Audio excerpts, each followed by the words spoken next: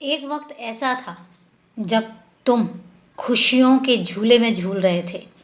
एक वक्त ऐसा था जिस समय तुम्हारे पास किसी चीज़ की कमी नहीं थी। तुम आज भी उस वक्त को याद करते हो।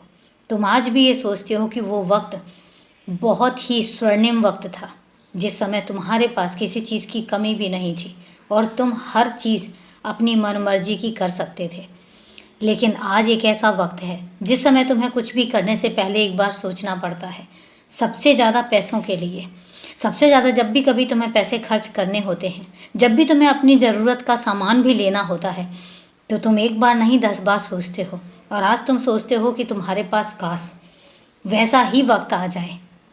तो तुम्हें एक बात बताता हूँ, जिस वक्त तुम्हारे पास सारी खुशियाँ थीं, जिस वक्त तुम्हारे पास सब कुछ था, तुम्हें पता है उस वक्त में कुछ ऐसी चीज़ें चल रही थी जो तुम्हें पता ही नहीं है। उस समय भी तुम्हारे पास पैसों की तंगी थी।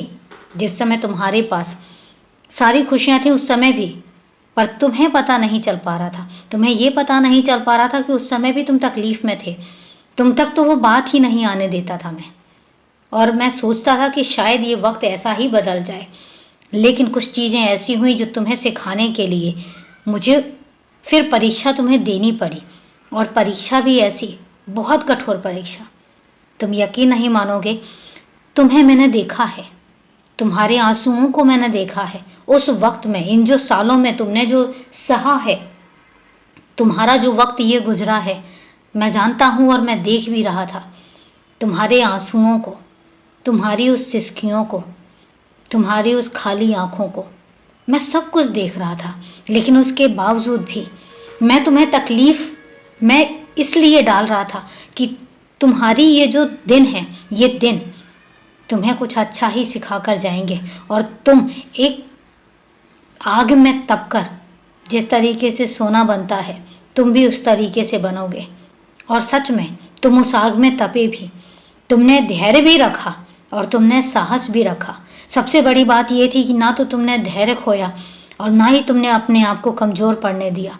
मेरे दिए हुए हर एक संस्कार को तुमने बखूबी निभाया। और तुम फिर उस तपती हुई आग में से जलकर जो आज कुंदन बने हो, जो आज सोना बने हो ना, सच में मैं जितनी तारीफ कर सकूं उतनी तारीफ कम है। आज तुम्हारी ज़िंदगी में तुम्हारे से कोई शिकायत मुझे है ही नहीं।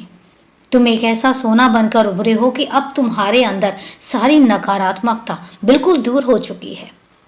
तो अब तुम्हारे पास जब जो चीज़ आएगी वो तुम्हारे लिए होगी। और अब जो खुशियाँ आएंगी वो खुशियाँ अब तुमसे छिनेगी नहीं, वो हमेशा के लिए तुम्हारे लिए होंगी। और तुम देखते जाओ कि तुम्हारी जगह तक पहुँचने से पहले मैं तुम्हें क्या क्या देता हूँ और तुम क्या क्या अपने साथ लेकर जाओगे। बस धैर्य रखो और देखते जाओ। खुश रहो, सदा खुश रहो।